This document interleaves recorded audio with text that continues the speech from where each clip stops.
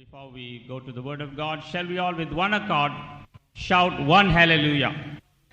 நாம் தேவனுடைய வசனத்தை கவனிப்பதற்கு முன்பாக நாம் எல்லாரும் சேர்ந்து ஒரு மனமாக ஒரு ஹல்லேலூயா சொல்லுவோம்.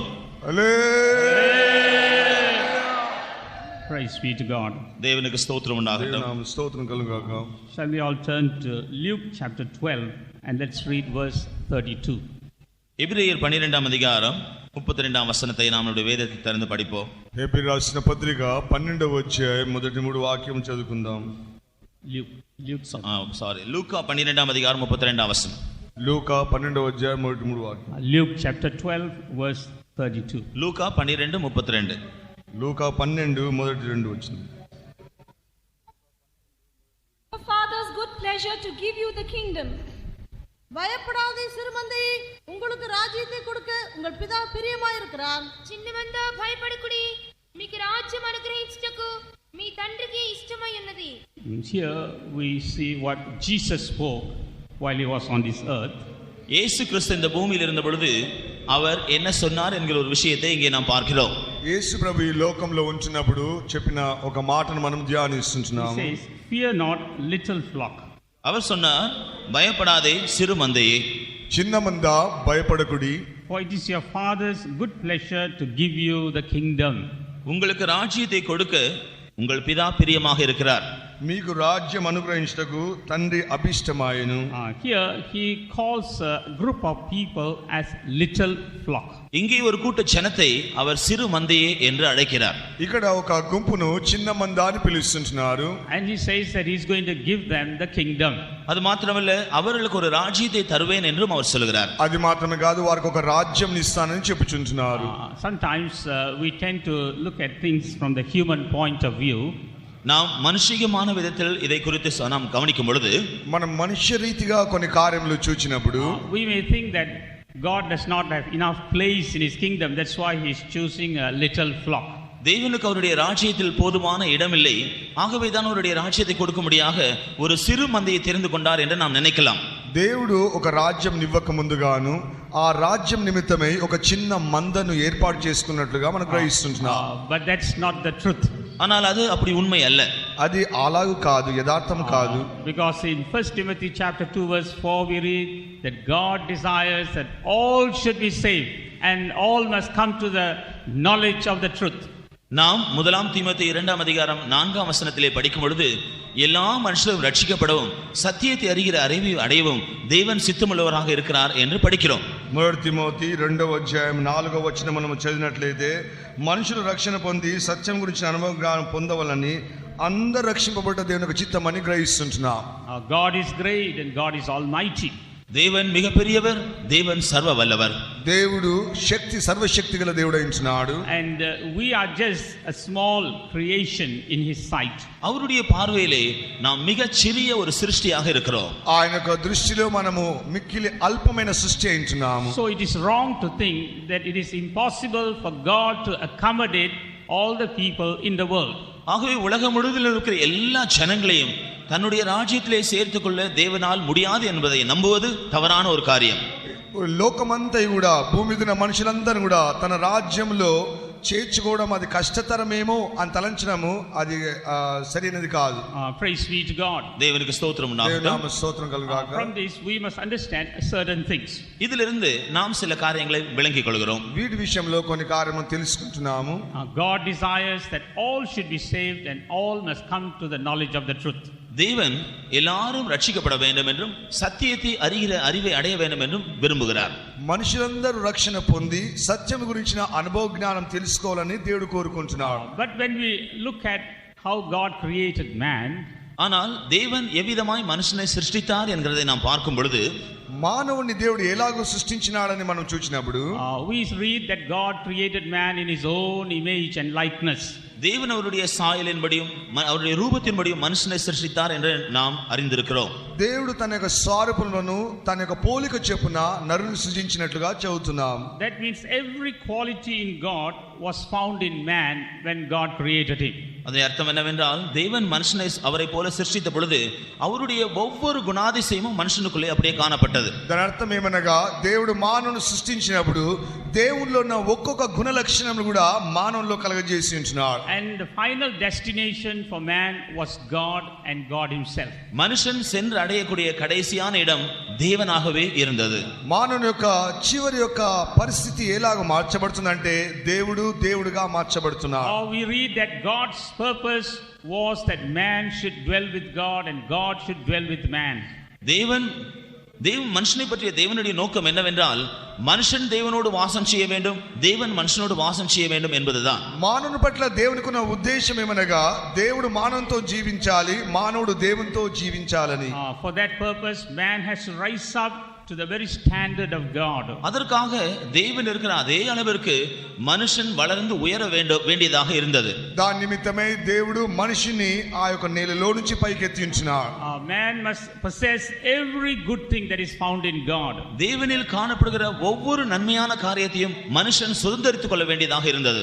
మానవుడు దేవునిలో కనబడుచున్న ఒక్కొక్క మంచి కార్యములను తన యొక్క జీవితంలో కలుగజేయబడుచున్నది. Without that aspect man cannot be found in God's presence. இந்த அம்சங்கள் இல்லாத பட்சத்தில் மனுஷன் தேவனுடைய சந்நிதியிலே காணப்பட முடியாது. ఈ యొక్క కార్యములన్నీ కూడా పరిశీలించినప్పుడు మానవుడు దేవుని యొక్క సన్నిధిలో కనబడలేకపోతున్నాడు. But we know that the first man disobeyed God and went far away from God. ஆனால் முதலாவது மனுஷன் கீழ்ப்படியாமல் போய் தேவனுடைய சந்நிதியை விட்டு மிகவும் தூரமாக போய்விட்டான் என்று நாம் அறிவோம். అయితే మొదటి మానవుడు అవిధేయత చూపించిన ద్వారానే దేవునికి దూరస్తుగా మార్చబడి ఉంటున్నాడు. But now through Jesus Christ God is bringing back man to the first state. ஆனால் கர்த்தராகிய இயேசு கிறிஸ்துவின் மூலமாக இப்பொழுது மனுஷனை மறுபடியுமாக ஆதி நிலைமைக்கு திருப்பி கொண்டு வந்திருக்கிறார். అయినప్పటికీ ప్రభువైన యేసుక్రీస్తు ద్వారా మానవుడు తిరిగి దేవుని యొద్దకు రాగలిగించినాడు. This is not because of the goodness of man, but it's because of the grace of God. இது மனுஷனுக்குள் காணப்படுகிற நன்மையினாலே அல்ல, தேவனுடைய கிருபையினாலே சம்பவிக்கிறது. ఇది మానవుల్లో కనబడుతున్న ఒక మంచితనము కాదు, దేవుని యొక్క మహా కృపను బట్టి అయించినది. In the word of God we read that God gives man these blessings freely. தேவன் இந்த ஆசீர்வாதங்களை மனுஷனுக்கு இலவசமாக கொடுக்கிறார் என்று நாம் தேவனுடைய வசனத்திலே காண்கிறோம். దేవుని యొక్క వాక్యంలో మనం చూసినట్లయితే మానవునికి ఉచితంగానే అనేక ఆశీర్వాదం దేవుడు ఇచ్చి ఉంటున్నాడు. We will just read one verse in order to see that truth. இந்த சத்தியத்தை நாம் காணும்படியாக ஒரு வசனத்தை நாம் இப்பொழுது படிப்போம். ఈ సత్యమును మనము గ్రహించుటగాను ఒక వాక్యం మనం చదువుకుందాము. When we turn to the book of Isaiah, ஏசாயாவின் புத்தகம் యెషయా గ్రంథము chapter 55, the first verse. 55ஆம் அதிகாரம் முதலாம் வசனம். 65వ అధ్యాయము 55. మొదటి వచనం. Ho everyone that thirsteth, come ye to the waters, and he that hath no money, come ye, buy and eat. Ye come, buy wine and milk without money and without price. ஓ தாகமா இருக்கிறவர்களே, நீங்கள் எல்லாரும் தண்ணீர் விலண்டைக்கு வாருங்கள். பணம் இல்லாதவர்களே, நீங்கள் வந்து வாங்கி சாப்பிடுங்கள். நீங்கள் வந்து பணமுமின்றி விலையுமின்றி திராட்சரசமும் பாலும் கொள்ளுங்கள். తప్పికొనిన వారులారా నీళ్ళ యొద్దకు రండి, రూకలు లేని వారులారా మీరు వచ్చి కొని భోజనము చేయుడి. రండి, రూకలు లేకపోయినను ఏమియో ఇయ్యకయే ద్రాక్షారసమును పాలను కొనుడి. So here God invites everyone to the waters. இங்கே எல்லாரையும் தேவன் தண்ணீர்கள் அண்டைக்கு அழைக்கிறார். దేవుడు అందరిని కూడా తన యొక్క నీటి యొద్దకు పిలిచినట్లుగా చూస్తుంటున్నాడు. These waters speaks about the blessings that God has for man. இந்த தண்ணீர் இங்கே தேவன் மனுஷனுக்கு வைத்திருக்கிற ஆசீர்வாதங்களுக்கு அடையாளமாக இருக்கிறது. ఇక్కడ నీళ్ళు అనేటివి దేవుడు మానవునికి ఇచ్చిన ఆశీర్వాదములు చూపిస్తున్నది. And he says, he that hath no money, come ye and buy. பணம் இல்லாதவர்கள் வந்து வாங்கி சாப்பிடுங்கள் என்று அவர் சொல்கிறார்.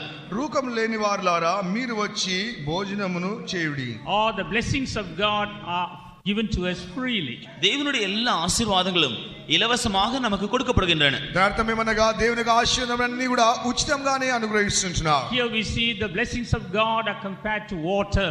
இங்கே தேவனுடைய ஆசீர்வாதங்கள் தண்ணீருக்கு ஒப்பனையாக சொல்லப்பட்டிருக்கிறது. ఇక్కడ దేవుని యొక్క ఆశీర్వాదం అనేది నీళ్లకు సాదృశ్యంగా కనబడుచున్నది. We know that water is one of the most essential and the basic commodity we find on this earth. இந்த பூமியிலே மிகவும் அவசியமாக காணப்படக்கூடியதான ஒன்றுதான் தண்ணீர் என்று நாம் பார்க்கிறோம். దేవుడు ఈ భూమి మీద ఇచ్చిన ఉచితమైన ఒక ఆశీర్వాదములు నీళ్ళలో కనబడుచున్నది. It's only when we go to places where we can't get water we know how precious water is. தண்ணீர்கள் கிடைக்காத இடங்களில் போகும் பொழுது தண்ணீர் எவ்வளவு முக்கியமானது விசேஷமானது என்கிறதை நாம் விளங்கிக் கொள்ளலாம்.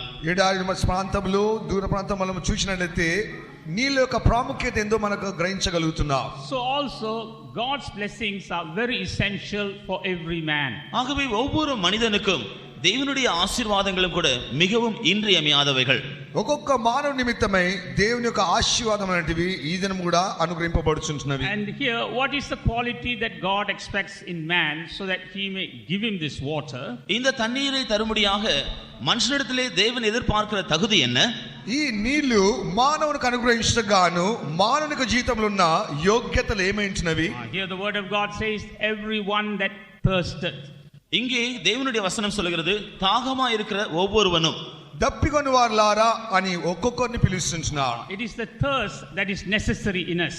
நம்முடைய ஜீவியத்தில் தேவையா இருக்கிறது தாகம். మన యొక్క జీవితంలో ఆ కావలసినది దప్పికించినది. We can also call this thirst as desire. இந்த தாகத்தை வாஞ்சை என்றும் நாம் சொல்லலாம். దానిని ఆశ అని మనం చెప్పబడుచున్నది. If we have a desire for God's blessings, God is willing to give it to us. தேவனுடைய ஆசீர்வாதங்கள் மேல் நமக்கு வாஞ்சை இருக்கும் என்றால் தேவன் அவைகளை நமக்கு தர ஆயத்தமாக இருக்கிறார். దేవుని యొక్క ఆశీర్వాద నిమిత్తమై నీకు వాంఛ దాహం ఉన్నట్లయితే నిశ్చయంగా దేవుడు వాటిని అనుగ్రహిస్తున్నాడు. We see in every man this thirst is found. ஒவ்வொரு மனிதனுக்குள்ளும் இந்த தாகம் காணப்படுகிறதை நாம் பார்க்கிறோம். ఒక్కొక్క వ్యక్తిలో కూడా ఇటువంటి ఒక దాహంను మనం చూస్తున్నాం. Every man has this desire in his heart. ஒவ்வொரு மனிதனும் தன் இதயத்திலே இந்த வாஞ்சை உடையவனாக இருக்கிறான். ప్రతి ఒక్క హృదయంలో కూడా ఇటువంటి ఒక వాంఛ ఉన్నట్లుగా మనం చూస్తున్నాం. But we find that he is going to the wrong source or the wrong place to find this water. ஆனால் எதிர்பாராத விதமாக இந்த தண்ணீரை பெற்றுக்கொள்ளும்படியாக தவறான வழியிலும் தவறான இடத்திற்கும் மனுஷன் போகிறதை நாம் காண்கிறோம். అయినప్పటికీ మానవుడు ఈ నీళ్లను పొందుటకు గాను వాడు తప్పైన మార్గములోను తనకి ఇష్టమైన త్రోవలోను వాడు వెళ్తున్నాడు. Like when Jesus was on this earth. கர்த்தராகிய இயேசு கிறிஸ்து இந்த பூமியில் இருந்த வேளையில் ప్రభువైన యేసుక్రీస్తు ఈ లోకంలో భూమి మీద ఉన్నప్పుడు there he met a woman who had a great thirst for the blessings of God. தேவனுடைய ஆசீர்வாதங்களின் பேரில் மிகவும் தாகமாயிருந்த ஒரு ஸ்திரீயை அவர் சந்தித்தார். దేవుని యొక్క ఆశీర్వాదములకు నిమిత్తమై ఒక స్త్రీ దాహం నిమిత్తమై అడుగుచున్నది. In John the Gospel chapter 4 verse 14. யோவான் சுவிசேஷம் 4ஆம் அதிகாரம் 14ஆம் வசனம். యోహాను సువార్త 4వ అధ్యాయం 14వ వాక్యం. There we see a woman who met Jesus. இங்கே இயேசுவை சந்தித்த ஒரு ஸ்திரியை காண்கிறோம். ఇక్కడ యేసు ప్రభువును దర్శించిన ఒక స్త్రీని చూడగలుగుతున్నాము. She was there coming to draw water from a well. அவள் ஒரு கிணற்றிலிருந்து தண்ணீரை எடுக்கும்படியாக வந்திருந்தாள். ఆమె బావి యొద్దకు నీళ్లు చేదుకుంటూ గాను వచ్చి ఉంటున్నది. And Jesus met her and explained to her the true desire in her heart. ஆனால் இயேசு அவளை சந்தித்து இருதயத்தில் காணப்படக்கூடிய உண்மையான வாஞ்சையை அவளுக்கு வெளிப்படுத்தினார். ఆమెన్ యేసు ఆమెను సంధించి ఆమెలో నిజమైన ఒక దాహమును ఆమెలో కనుగొనగలిగించినాడు. There Jesus saw how she was trying to satisfy her life by indulging in various things. பலவிதமான காரியங்களில் ஈடுபடுகிறதுனால் எவ்விதமாக தனக்குள் இருக்கிறதான வாஞ்சையை திருப்திப்படுத்திக் கொள்ளும்படியாக அவள் முயற்சி செய்தாள் என்கிறதை இயேசு அவளுக்கு காண்பித்தார். పలువిధమైన కార్యములో ఆమె ఇండుట ద్వారాను ఆమెలో ఉన్న దాహం ఏంటిదో అది బయటికి తీసుకుంటూగాను దేవుడు ప్రభు సాయం చేసి ఉంచాడు. That's why Jesus had to explain to her that there is nothing that could satisfy her and it's only Jesus and Jesus only who could satisfy her. இயேசுவை அல்லாமல் வேறொன்றுமே அவளுடைய ஜீவியத்தில் அவளுக்கு திருப்தியை தர முடியாது என்கிறதை இயேசு அவளுக்கு விளக்கி காட்டினார். యేసు తప్ప వేరొక వారు ఎవరైనా సరే తన యొక్క జీవితమును పరిశుద్ధపరచలేరు మార్చలేరని ఆమెకు గ్రహింపు కలుగజేసి ఉంటున్నారు. It's only God who could satisfy her. ஆம், தேவன்தான் நம்முடைய வாஞ்சைகளை நிறைவேற்ற முடியும். దేవుడే వాంఛను నెరవేర్చుటకు సాధ్యమవుతుంది. Man may try to satisfy himself in various ways but that is all futile. மனுஷன் பல விதங்களில் தன்னுடைய வாஞ்சைகளை நிறைவேற்றும்படியாக திருப்திப்படுத்திக் முயற்சி செய்தாலும் அவைகளெல்லாம் தோல்வியாக தான் முடியும். మానవుడైతే అనేక విధములుగా వాని యొక్క ఆశలను నెరవేర్చుకొని కోరుచుంటున్నాడు, కానీ వాని వల్ల అది సాధ్యం కావడం లేదు. But here when she came to Jesus, Jesus satisfied her longings. ஆனால் இவளோ இயேசுவினிடத்தில் வந்த பொழுது அவளுடைய வாஞ்சையை ஆவலை இயேசு திருப்திப்படுத்தினார். అయినప్పటికీ యేసు యొద్దకు వచ్చినప్పుడు యేసు ప్రభువే ఆమె యొక్క దాహమును వాంఛను తృప్తిపరిచించున్నాడు. What is the water that Jesus gave her in this place? இந்த இடத்திலே இயேசு அவளுக்கு கொடுத்த தண்ணீர் என்ன? ఇక్కడ యేసు ప్రభు ఆమెకి ఇచ్చిన నీళ్లు ఏమైంచినవి? It is the forgiveness of her sins. இது அவளுடைய பாவ மன்னிப்பு தான். పాప క్షమాపణ అనుగ్రహించినది. The experience of forgiveness of sins is like water. இங்கே பாவ மன்னிப்பின் அனுபவம் தண்ணீர் கோப்பனையாக சொல்லி இருக்கிறது. పాపమును క్షమించే దాని యొక్క నీళ్లను చూపిస్తున్నది. When we receive the forgiveness of sins, there's a great satisfaction within us. நம்முடைய ஜீவியத்திலும் நாம் பாவ மன்னிப்பை பெற்றுக்கொண்ட பொழுது ஒரு பெரிய திருப்தி நமக்கு உண்டாயிற்று. మన జీవితంలో కూడా పాప క్షమాపణ ఎప్పుడైతే పొందుతున్నామో అప్పుడు గొప్ప దాహం తీర్చబడే తృప్తిని కలుగజేస్తున్నది. That experience is compared to a well of water springing up. இந்த அனுபவமானது ஜீவ தண்ணீருள்ள ஊற்றிற்கு ஒப்பனையாக சொல்லப்பட்டிருக்கிறது. ఈ యొక్క అనుభవం అనేది జీవపు ఊటకు సాదృశ్యంగా కనబడుచున్నది. It goes on springing up. அது எப்போதும் நீர் ஊறிக்கொண்டே இருக்கிறது. అది ఎల్లప్పుడూ కూడా ఊటను కలుగజేస్తూనే ఉంటున్నది. So also this experience of salvation, of forgiveness of sin is a springing experience. இவ்விதமாகவே ரட்சிப்பின் அனுபவம் அல்லது பாவ மன்னிப்பின் அனுபவம் கூட நீர் ஊறுகிறதான ஜீவ ஊற்றின் அனுபவமாக இருக்கிறது. రక్షణ యొక్క అనుభవం అనేది పాప క్షమాపణ అనేది జీవపు ఊటగా నీ జీవితంలో కలిగించున్నది. What do you mean by springing experience? தண்ணீர் ஊறுகிறதான அனுபவம் என்றால் என்ன? ఈ యొక్క నీటిని బుడిగా ఊటను దేని చూపిస్తున్నది? It is always new in our life. அது நம்முடைய ஜீவியத்தில் எப்பொழுதும் புதுமையாகவே இருக்கிறது. ఎల్లప్పుడు మనకు జీవితంలో నూతన పరిచయ అనుభవం చూపిస్తున్నది. Some of us may have been saved about 20 years ago or 30 years ago or 40 years ago. நம்மில் சிலர் 20 வருஷங்களோ அல்லது 30 வருஷங்களோ அல்லது 40 வருஷங்களுக்கு முன்பாக ரட்சிக்கப்பட்டிருக்கலாம். కొంతమంది 10 సంవత్సరాలు 20 సంవత్సరాలు 30 సంవత్సరాలు ముందుగా రక్షింపబడి ఉంటున్నారు. But if we have this spring in us, ஆனால் இந்த ஊறுகிறதான ஊற்று நம்மில் இருக்கும் என்றால், ఒకవేళ ఈ ఊట అనేది మనలో ఉన్నట్లయితే we will feel that we were just saved just recently or just a minute ago. சமீபத்தில் அல்லது தற்காலத்தில் நாம் ரட்சிக்கப்பட்டதை போன்ற ஒரு உணர்வு நமக்கு இருக்கும். సమీపంలో రక్షింపబడిన ఒక అనుభవమే మన జీవితంలో ఎల్లప్పుడూ ఉంటున్నది. But we see that many God's people have lost this experience. ஆனால் अनेक தேவனுடைய ஜனங்கள் இந்த அனுபவங்களை இழந்து விட்டதை நாம் காண்கிறோம். అయితే ఈ దినంలో చూసినట్లయితే దేవుని యొక్క జనులు ఇటువంటి ఒక అనుభవములను పోగొట్టుకొని ఉంటున్నారు. Instead of a springing experience, they have got a stagnant experience. தண்ணீர் ஊறுகிறதான அனுபவத்திற்கு பதிலாக தண்ணீர் அடைபட்டல நின்று போன அனுபவத்தில் தான் சிலர் காணப்படுகிறார்கள். నీళ్లు ఊటలుగా పార్చబడి అది పారుటకు బదులుగా నీళ్లు నిలిచిపోయిన అనుభవంలో కనబడుచున్నారు. If we are to be found in that kingdom that God has prepared for us, தேவன் நமக்காக ஆயத்தப்படுத்துகிற அந்த ராஜ்யத்திலே நாம் காணப்பட வேண்டும் என்றால், దేవుడు మన కొరకు సిద్ధపరిచిన ఆ యొక్క రాజ్యమును మనం చూడవల్లంటే this salvation, this spring must be found there at all times. இந்த ரட்சிப்பின் ஊற்று நம்முடைய ஜீவிதத்தில் எப்போதும் காணப்பட வேண்டியது அவசியம். ఈ యొక్క రక్షణ అనే ఊట అనేది మన జీవితంలో ఎల్లప్పుడూ కనబడుచుండవలెను. And here we see, because it was springing in her, she could not contain that experience within herself. இங்கே நாம் பார்க்கிறோம், இவளுக்குள் இந்த ஊற்று இருந்தபடியினால் அதை அவள் தனக்குள் அடக்கி வைத்திருக்க முடியவில்லை. ఆ యొక్క ఊట అనేది ఆగిపోట ద్వారా మన జీవితంలో ఉన్న కలంకములు మచ్చవన్నీ కూడా తొలగించడానికి సాధ్యం కావడం లేదు. She went about proclaiming the good news to others. மற்றவர்களுக்கு இந்த நற்செய்தி அறிவிக்க பிரசித்தம் செய்கிறவளாக அவள் சென்றாள். ఇతరులకు మంచి సువార్తను ప్రకటించలేని స్థితిలో కనబడుచున్నారు. Today what is our state this morning? இன்று காலையிலே நம்முடைய ஆவியினுடைய நிலவரம் என்ன? ఈ ఉదయ కాలమున మన యొక్క ఆత్మీయ స్థితి ఎలాగుంటున్నది? Do we have this spring of life springing within us? நம்முடைய ஜீவியத்திலே ஊறிக்கொண்டிருக்கிறதான அந்த ஜீவ ஊற்றின் அனுபவம் இருக்கிறதா? మన యొక్క జీవితంలో ఉబుకుతూ ఊటతో కనబడుచున్న ఈ జీవపు ఊట ఉంటున్నదా? Are we able to feel the forgiveness that God has given to us? தேவன் நமக்கு தந்ததான மன்னிப்பை நாம் உணரக்கூடியவர்களாய் இருக்கிறோமா? దేవుని యొక్క క్షమాపణ పొందిన ఒక స్థితి అనేది ఒకరితో ఒకరు అనుభవం ఉంచినదా? If we have this experience, then it must be shown in our action. இந்த அனுபவம் நம்முடைய ஜீவிதத்தில் இருக்கும் என்றால் அதை நம்முடைய கிரியைகள் செய்கைகளிலே வெளிப்படுத்த வேண்டும். ఈ యొక్క అనుభవం నీ జీవితంలో ఉన్నట్లయితే అది క్రియల రూపంగా దాన్ని చూపించవలెను. Praise be to God. தேவனுக்கு ஸ்தோத்திரம் దేవుని உண்டாவதாக. నామ స్తోత్రం కలుగును గాక. And Jesus also spoke about another experience. இயேசு கிறிஸ்து வேறொரு அனுபவத்தை குறித்தும் பேசினார். యేసు ప్రభు ఇంకొక అనుభవమును బోధిస్తున్నాడు. In John the Gospel chapter 7. யோவான் சுவிசேஷம் 7ஆம் அதிகாரம். యోహాను సువార్త 7వ అధ్యాయము. Let's read verses 37 and 38. 37-38 வசனங்கள். 37 38వ వచనం. In the last day, the great day of the feast, Jesus stood and cried, saying, If any man thirst, let him come unto me and drink. He that believeth on me, as the scripture hath said, out of his belly shall flow rivers of living water. பண்டிகையின் கடைசி நாளாகிய பிரதான நாளிலே இயேசு நின்று சத்தமிட்டு, ஒருவன் தாகமாயிருந்தால் என்னிடத்தில் வந்து பானம் பண்ண கடவன். வேத வாக்கியம் சொல்லுகிறபடி என்னிடத்தில் விசுவாசமாயிருக்கிறவன் எவனோ அவன் உள்ளத்திலிருந்து ஜீவ தண்ணீர் உள்ள நதிகள் ஓடும் என்றார். ఆ పండుగలో మహాదినమైన అంచెదినమున యేసు నిలిచి, ఎవడైనా దప్పికొన్న ఎడల నా యొద్దకు వచ్చి దప్పి తీర్చుకొనవలెను. నా యందు విశ్వాసముంచు వాడెవడో లేఖనము చెప్పినట్టు వాని కడుపులో నుండి జీవజల నదులు పారునని బిగ్గరగా చెప్పెను. So here we read about how this water comes in a different form. இங்கே இந்த தண்ணீர் எப்படி வேறொரு வித்தியாசமான விதத்தில் வருகிறதை நாம் காண்கிறோம். ఈ స్థలంలో వేరే విధముగా నీళ్లు ఎలాగూ వస్తున్నవనేది రాయబడి And ఉంచినది. Jesus says that this he spake about the baptism of the Holy Spirit.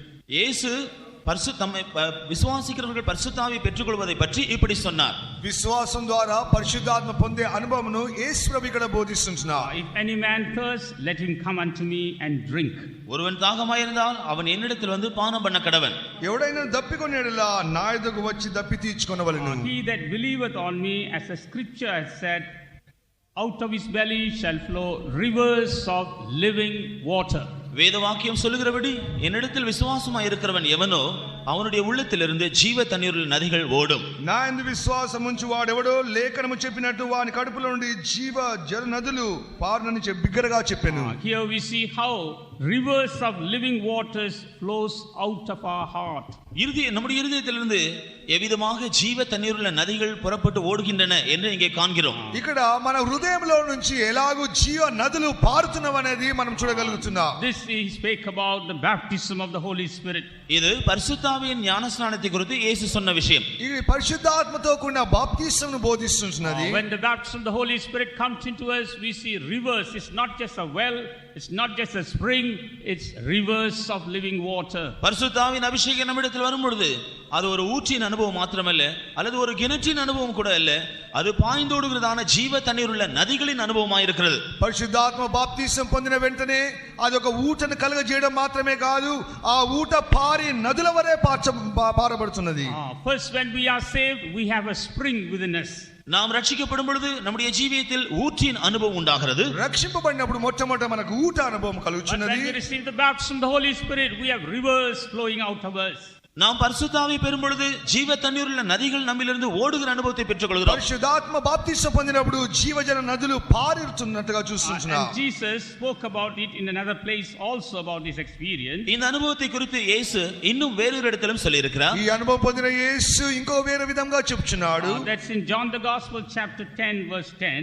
யோவான் சுவிசேஷம் 10ஆம் அதிகாரம் 10ஆம் வசனத்தில், యోహాను సువార్త 10వ అధ్యాయం 10వ వచనంలో In the రాయబడింది. last portion we read, கடைசி பகுதியில் நாம் இவ்விதமாய் படிக்கிறோம். చివరి భాగం చూస్తున్నాము.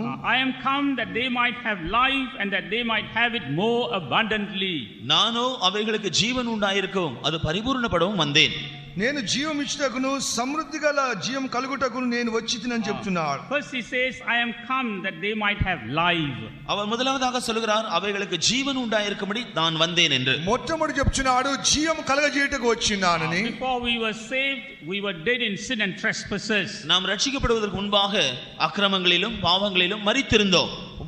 మనము రక్షింపబడక ముందుగాను పాపము చేత అపరాధం చేత చచ్చిన వారమై ఉంటిమి. But when Jesus met us, ஆனால் இயேசு நம்மை சந்தித்த பொழுது, యేసు మనల్ని సంధించినప్పుడు, when we confessed our sins, நாம் நம்முடைய பாவங்களை அறிக்கை செய்த பொழுது, మన పాపం మనం ఒప్పుకున్నప్పుడు, Jesus forgave our sins and washed us completely. இயேசு நம்முடைய பாவங்களை மன்னித்து அவைகளை முற்றிலுமாய் நம்மை விட்டு அகற்றி கழுவினார். మన పాపములు క్షమించి మన పాపములు పూర్తిగా కడిగి వేసించున్నాడు. And he gave us life. அவர் நமக்கு ஜீவனை தந்தார். ఆయన మనకు జీవమును అనుగ్రహించినాడు. And that is called salvation or forgiveness of sins. அதுதான் பாவ மன்னிப்பு அல்லது ரட்சிப்பு என்று சொல்லப்படுகிறது. అదే పాప క్షమాపణ లేక రక్షణ అని చెప్పబడుచున్నది. That's why here Jesus says, I am come that they might have life. அதற்காக தான் இங்கே இயேசு சொல்கிறார், நான் அவைகளுக்கு ஜீவன் உண்டாயிருக்கும்படி வந்தேன். నేను వారికి జీవము కలగజేయుటకు నేను వచ్చినానని చెప్పించున్నాడు. Praise be to God. தேவனுக்கு ஸ்தோத்திரம் உண்டாவதாக. దేవుని స్తోత్రం కలుగుగాక. And I believe that everyone here has received that life from Jesus Christ. இந்த இயேசு கிறிஸ்துவினுடைய ஜீவனை இங்கே வீற்றிருக்கிறதான யாவரும் பெற்றிருக்கிறீர்கள் என்று நான் நம்புகிறேன். యేసుక్రీస్తు యొక్క జీవం అనేది ఇక్కడ ఉన్న ఒక్కొక్కరు కూడా పొందినారని నమ్ముచున్నాను. But next he says that he has come so that they may have life more abundantly. ஆனால் அடுத்தபடியாக அவர் சொல்லும் பொழுது, அவைகளுக்கு அந்த ஜீவன் பரிபூர்ணப்படும்படியாகவும் நான் வந்தேன் என்று சொல்கிறார். తర్వాత మెట్లో చెప్తున్నాడు, వారికి సమృద్ధి గల జీవం కలుగుటకు నేను వచ్చినానని చెప్తున్నాడు. This experience comes through the baptism of the Holy Spirit. இந்த அனுபவம் பரிசுத்தாவின் அபிஷேகத்தின் மூலமாக நமக்கு வருகிறது. ఈ యొక్క అనుభవం అనేది పరిశుద్ధాత్మ అభిషేకం పొందుట ద్వారా కలుగుచున్నది. When we look at that woman, நாம் அந்த ஸ்திரீயை பார்க்கும் பொழுது, ఆ స్త్రీని మనం చూసినప్పుడు she received that life. அவள் அந்த ஜீவனை பெற்றுக்கொண்டாள். ఆమె జీవం పొంది ఉంటున్నది. And she could not contain that life within herself. தான் பெற்றுக்கொண்ட ஜீவனை தனக்குள்ளே அப்படியே அடக்கி அமைதியாக அவளுக்கு இருக்க முடியவில்லை. ఆ యొక్క పొందిన జీవం అనేది తనలోనే దాచిపెట్టుకొని అణిచిపెట్టకు వీలు కాలేదు. If that be so, what about those who have received this abundant life? அப்படி இருக்கும் பொழுது பரிபூர்ணமான ஜீவனை பெற்றுக்கொண்டவருடைய அனுபவம் என்ன? సంపూర్ణ సమృద్ధి గల జీవం పొందుట యొక్క అనుభవం ఏమైంచినది? Can they be quiet? அவர்கள் அமைதியா இருக்க முடியுமா? వారు మౌనంగా ఉంటకు వీలున్నదా? Can they be lazy in their spiritual life? தங்களுடைய ஆவிக்குரிய ஜீவியத்தில் அவர்கள் சோம்பலாக இருக்க முடியுமா? వారి ఆత్మీయ జీవితంలో సోమరుగా ఉంటకు వీలుందా? This abundant life will not allow them to be complacent. அவர்களுடைய ஜீவியத்தில் இந்த பரிபூர்ணமான ஜீவன் அமைதியாக சோம்பலாக இருக்க விடாது. వారు పొందిన సమృద్ధి గల జీవం అనేది పొందిన తర్వాత మౌనంగా ఉంటకు వీలు కాదు. Praise be to God. தேவனுக்கு ஸ்தோத்திரம். దేవుని స్తోత్రం కలుగాక. How many of us have received that abundant life? அந்த நிறைவான ஜீவனை நாம் எத்தனை பேர் பெற்றிருக்கிறோம்? ఆ సమృద్ధి గల జీవం మనం ఎంత మంది పొంది ఉంచినాము? If you have received that abundant life, shout hallelujah. நீங்கள் அந்த பரிபூர்ண ஜீவனை பெற்றிருப்பீர்கள் என்றால் ஒரு அல்லேலூயா சொல்லுவோம். సమృద్ధి గల జీవం పొందిన వారు హల్లెలూయా చెప్పండి. హల్లెలూయా. Amen. This abundant life must remain there and work in our lives. இந்த பரிபூர்ணமான ஜீவன் பெற்றுக்கொண்டதான நாம் அதை வெளிப்படுத்துகிறவர்களாய் இருக்க வேண்டும். அது நம்முடைய ஜீவியத்தில் கிரியை செய்கிறதாய் காணப்பட வேண்டும். సమృద్ధి గల జీవం పొందిన మనము ఆ జీవమును కాపాడుకొంచు ఆ జీవం క్రియేట్ చేసే విధముగా ఉండవలెను. In that spring of life we saw newness. இந்த ஜீவ ஊற்றின் அனுபவத்திலே நாம் புதுமையை காண்கிறோம். ఈ యొక్క సమృద్ధి గల జీవం అనేది ఒక నూతన పరిచే జీవంగా కనబడుచున్నది. And what about this abundant life or rivers of living water? அல்லது அப்படி இருக்கும் பொழுது ஜீவ தண்ணீருள்ள நதிகள் அல்லது இந்த பரிபூர்ணமான ஜீவனை நாம் பெற்றுக்கொள்ளும் பொழுது என்ன சம்பவிக்கும்? ఈ యొక్క సమృద్ధి గల జీవం అనేది జీవపు నదిగా మార్చబడుచున్న కారణం ఏంటి? What is the speciality in this abundant life? இந்த பரிபூர்ணமான ஜீவனுடைய விசேஷம் தான் என்ன? ఈ యొక్క సమృద్ధి గల జీవితం యొక్క విశేషం ఏమిటి? We see that river goes on flowing. இந்த நதியானது தொடர்ந்து பாய்ந்து ஓடிக்கொண்டே இருக்கிறதை காண்கிறோம். ఈ నది ఎల్లప్పుడూ కూడా పారుచున్నట్టుగానే కనబడుచున్నది. It goes on cleansing us.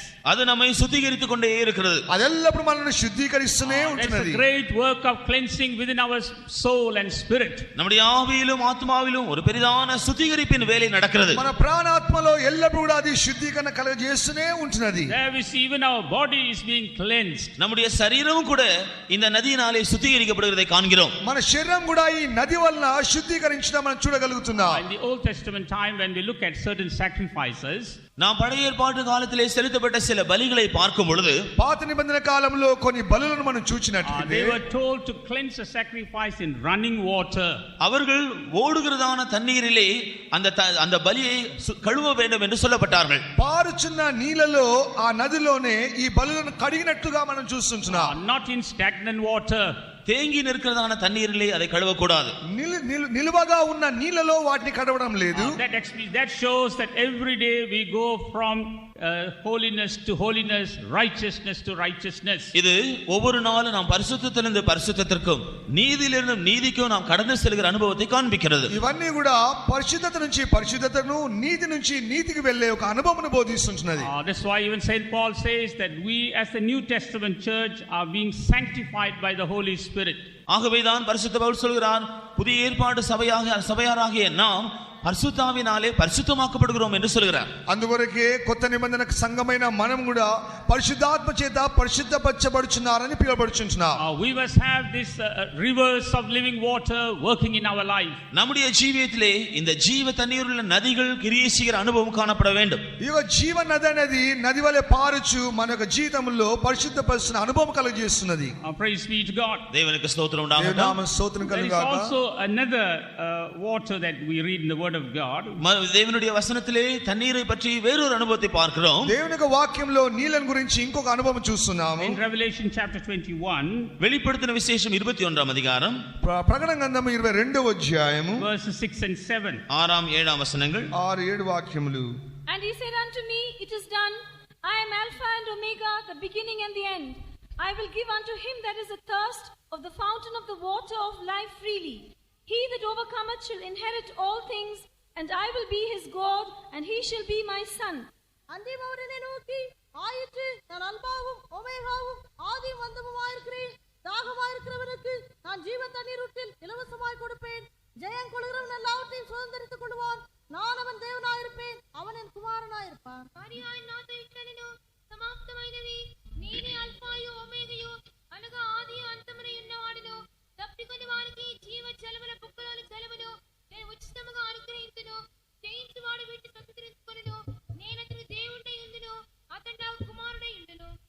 So here we read about another type of water that flows freely. இங்கேயும் கூட இலவசமாக பாய்ந்து வருகிறதான இந்த ஜீவ தண்ணீருள்ள நதியை பற்றி நாம் படிக்கிறோம். ఇక్కడ కూడా ఇంకో విధమైన ఒక జీవ నీళ్ళను మనం చూస్తున్నాము. This speaks about an overcoming life. இங்கே இந்த தண்ணீர் ஜெய ஜீவியத்தை குறித்து பேசுகிறது. ఇక నీళ్ళనేటివి జయ జీవితమును మనకు బోధిస్తున్నది. He says, he that overcometh shall inherit all things. ஜெயம் கொள்கிறவன் எல்லாவற்றையும் சுதந்தரித்துக் கொள்வான் என்று இங்கே சொல்லி இருக்கிறது. జయించిన వాడు సమస్తమును వాడు పొందగలుగుచున్నాడు. Overcoming his life is also like a river that we have to drink.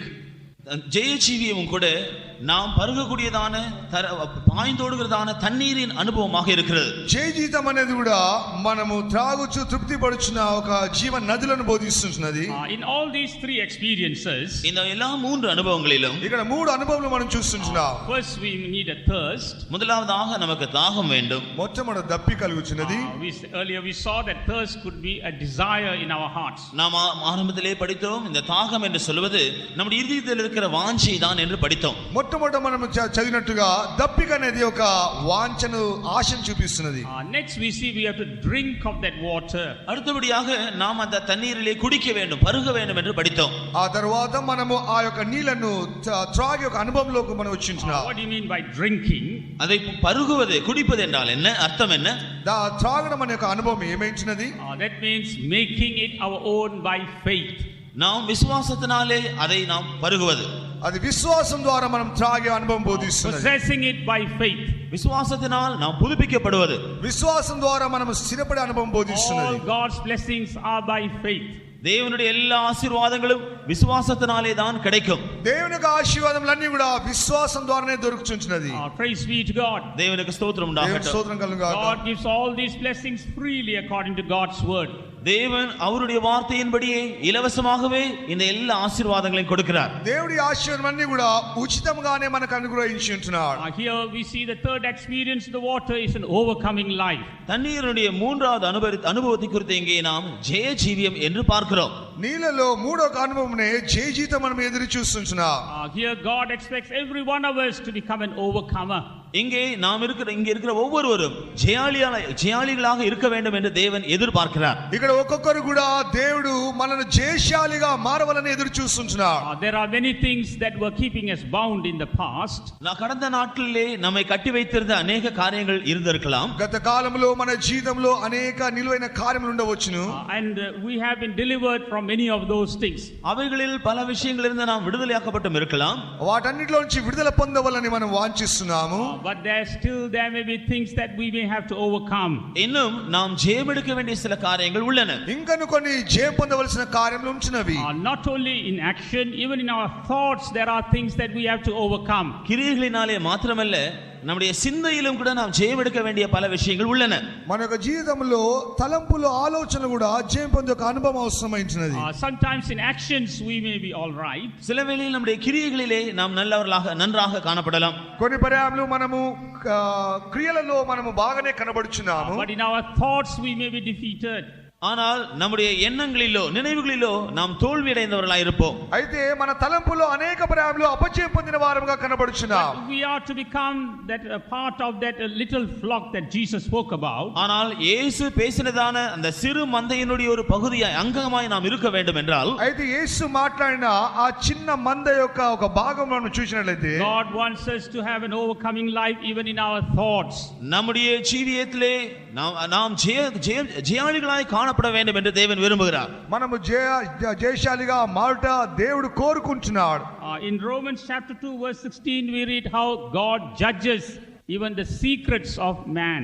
மனுஷனுடைய அந்தரங்கங்களை எவ்விதமாக தேவன் நியாயம் தீர்க்கிறார் என்கிறதை ரோமர் 2 அதிகாரம் 16 வசனத்திலே நாம் பார்க்கிறோம். రోమా 8వ అధ్యాయం చూసినట్లయితే మానవ జీవితంలో రహస్యమైన కార్యములు ఎలాగూ తీర్పు తీస్తున్నారనేది బోధింపబడుచున్నది. This is a higher standard that God expects in our lives. நம்முடைய ஜீவியத்திலே தேவன் எதிர்பார்க்கிற மிகவும் உன்னதமான ஒரு நிலவரம் இது. దేవుడు మన జీవితంలో ఎదురు చూస్తున్న ఒక ఉన్నతమైన స్థితిని బోధిస్తున్నది. He not only judges our actions, அவர் நம்முடைய கிரியைகளை நியாயம் தீர்ப்பது மாத்திரமல்ல, దేవుడు మన క్రియల గురించి న్యాయం తీర్చడం మాత్రమే కాకుండా even our thoughts he judges. நம்முடைய நினைவுகளையும் கூட அவர் நியாயம் தீர்க்கிறார். దేవుడు మన యొక్క తలంపుల్లో కూడా దేవుడు న్యాయం తీరుస్తున్నాడు. How can we explain this word called secrets of men? மனுஷனுடைய அந்தரங்கங்கள் என்கிறதை நாம் எவ்விதமாக வார்த்தையினால் சொல்ல முடியும்? మానవ యొక్క అంతరంగంలో ఉన్న రహస్యములనేవి ఎలాగ మనం బయలుపెట్టబడుతున్నవి? Any thought that is wrong, as long as it remains in our mind, it's a secret.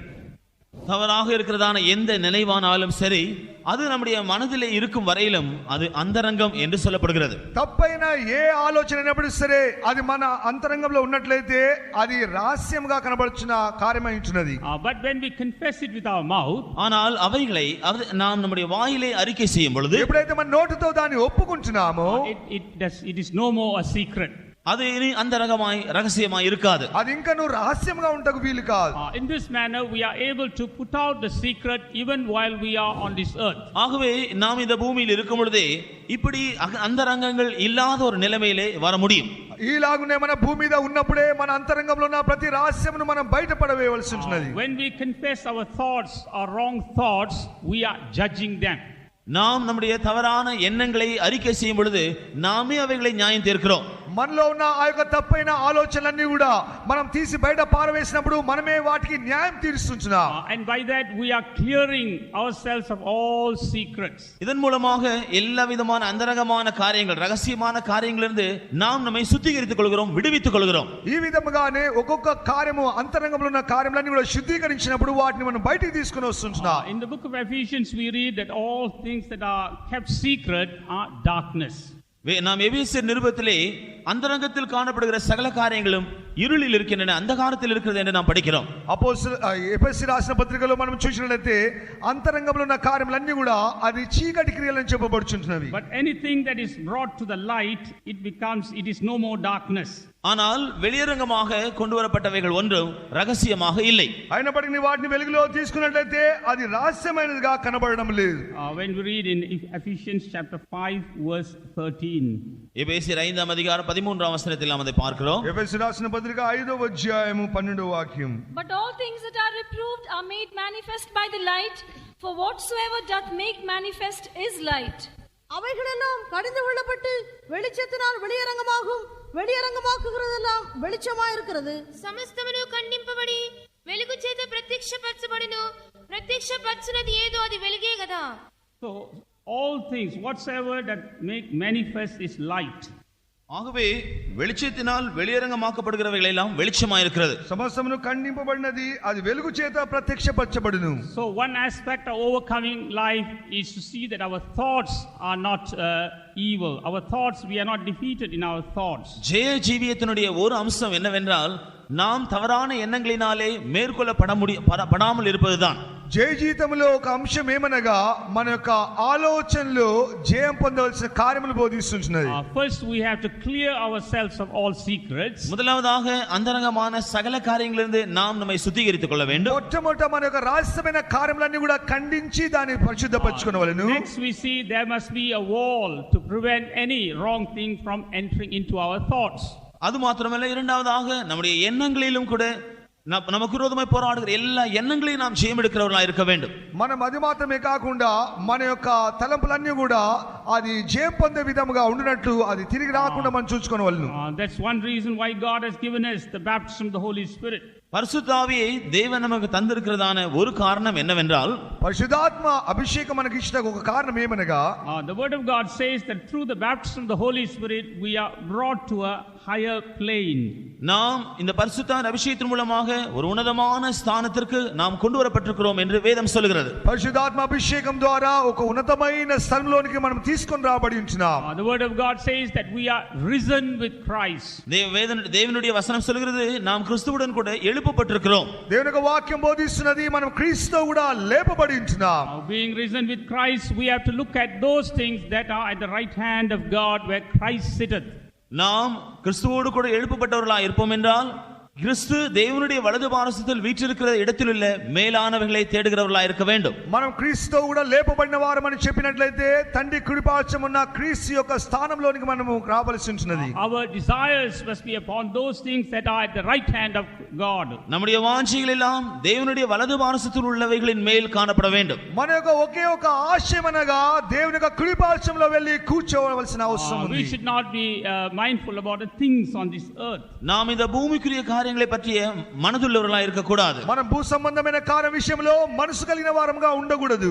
Praise be to God. தேவனுக்கு ஸ்தோத்திரம் உண்டாகட்டும். దేవునికి స్తోత్రం కలుగుగాక. Further, when we read in Romans 8, ரோமர் 8ஆம் அதிகாரத்திலே நாம் படிக்கும் பொழுது, రోమా 8వ అధ్యాయం మనం చదివినప్పుడు in verses 1 and 2, முதல் 2 வசனங்கள், మొదటి 2 వాక్యం చదివినప్పుడు, There is therefore now no condemnation to them which are in Christ Jesus, who walk not after the flesh but after the Spirit. For the law of the Spirit of life in Christ Jesus hath made me free from the law of sin and death. ஆனபடியால் கிறிஸ்து இயேசுவுக்குட்பட்டவர்களாய் இருந்து மாம்சத்தின்படி நடவாமல் ஆவியின்படி நடக்கிறவர்களுக்கு ஆக்கினை தீர்ப்பில்லை.